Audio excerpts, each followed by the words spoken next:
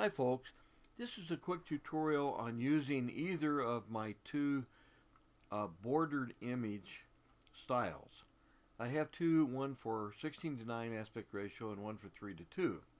In this particular example, I'm going to use the 3:2 to show you how it works. It works exactly the same for 16:9. So you put an image in at whatever the aspect ratio that you want to use, and in this case I've got a 3:2 aspect ratio. Click on Slide Styles once you've uploaded and imported my style, and you'll find it under, I believe, under Lens Styles.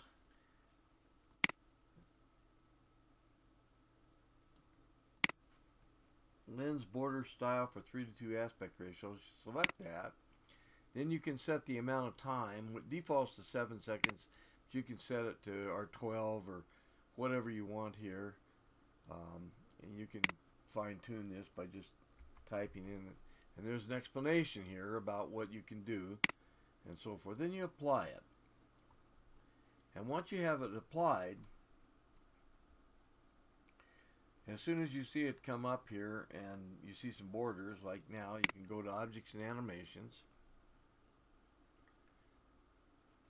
and what you'll see is the main background image is blurred, and that same image is sharp inside another frame. Now, you'll notice that we have two controllers here. The master controller is used to control the entire image, its size, its placement. You can move it up and down, right and left. You can adjust the size and so forth on it. I'm going to leave it at 100%. so that the border will just fill the screen and the blurred image inside it. The second controlling frame is for controlling the inner, smaller frame with the sharp image, and you can do the same thing with it.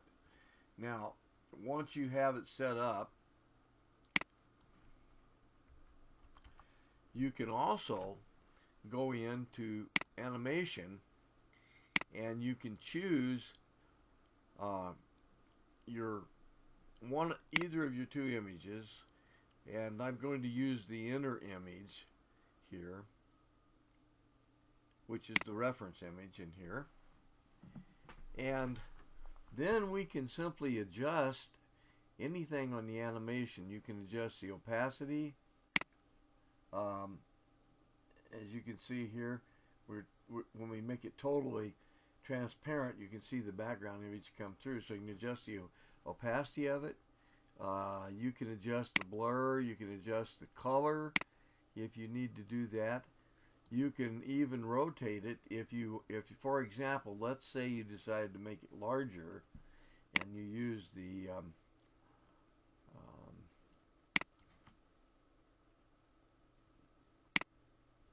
image here to make it larger, and you wanted to rotate it. Well, you can rotate it inside the frame, see?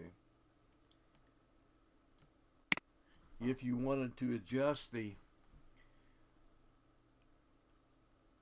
3D on it, as you can see here, you can do that within the frame, as long as you've expanded it enough so that your edges don't show. You can adjust it any way you like inside that frame. So you have complete control over your image. You can set keyframes, and you can cause it to zoom in and out and so forth. Let's just set a keyframe here, and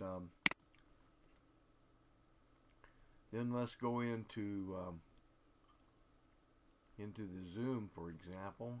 Click on zoom, and let's zoom in on that image. And then, of course, if we ran a preview, you'd see during that time frame it would zoom in. So what I wanted to show you is that you have complete control over your images with this style. Now, if you want to change the border color, you have these two red PNG borders, and you can tell which one they are by clicking on them. This is the outer border, and that's the inner border. You can see by the green controlling frame around it. Now, if you want to change that color, you can simply go into colors, color correction, add filter, And you can go down here to hue and saturation and drag your controller down. And if you adjust the lightness right here all the way up to 100, you can make it white. Adjust it all the way down to -100 and you can make it black. And anywhere in the center here at 0 lightness, you'll have the default red. You can also adjust the hue. As you can see, we're going to green, purple, blue, so you have absolute control over the color of either or both of these frames. It's an interesting little way to do things, since you have the option of setting the colors of your borders, the size and position, and so forth and so on. So now you know how to do it.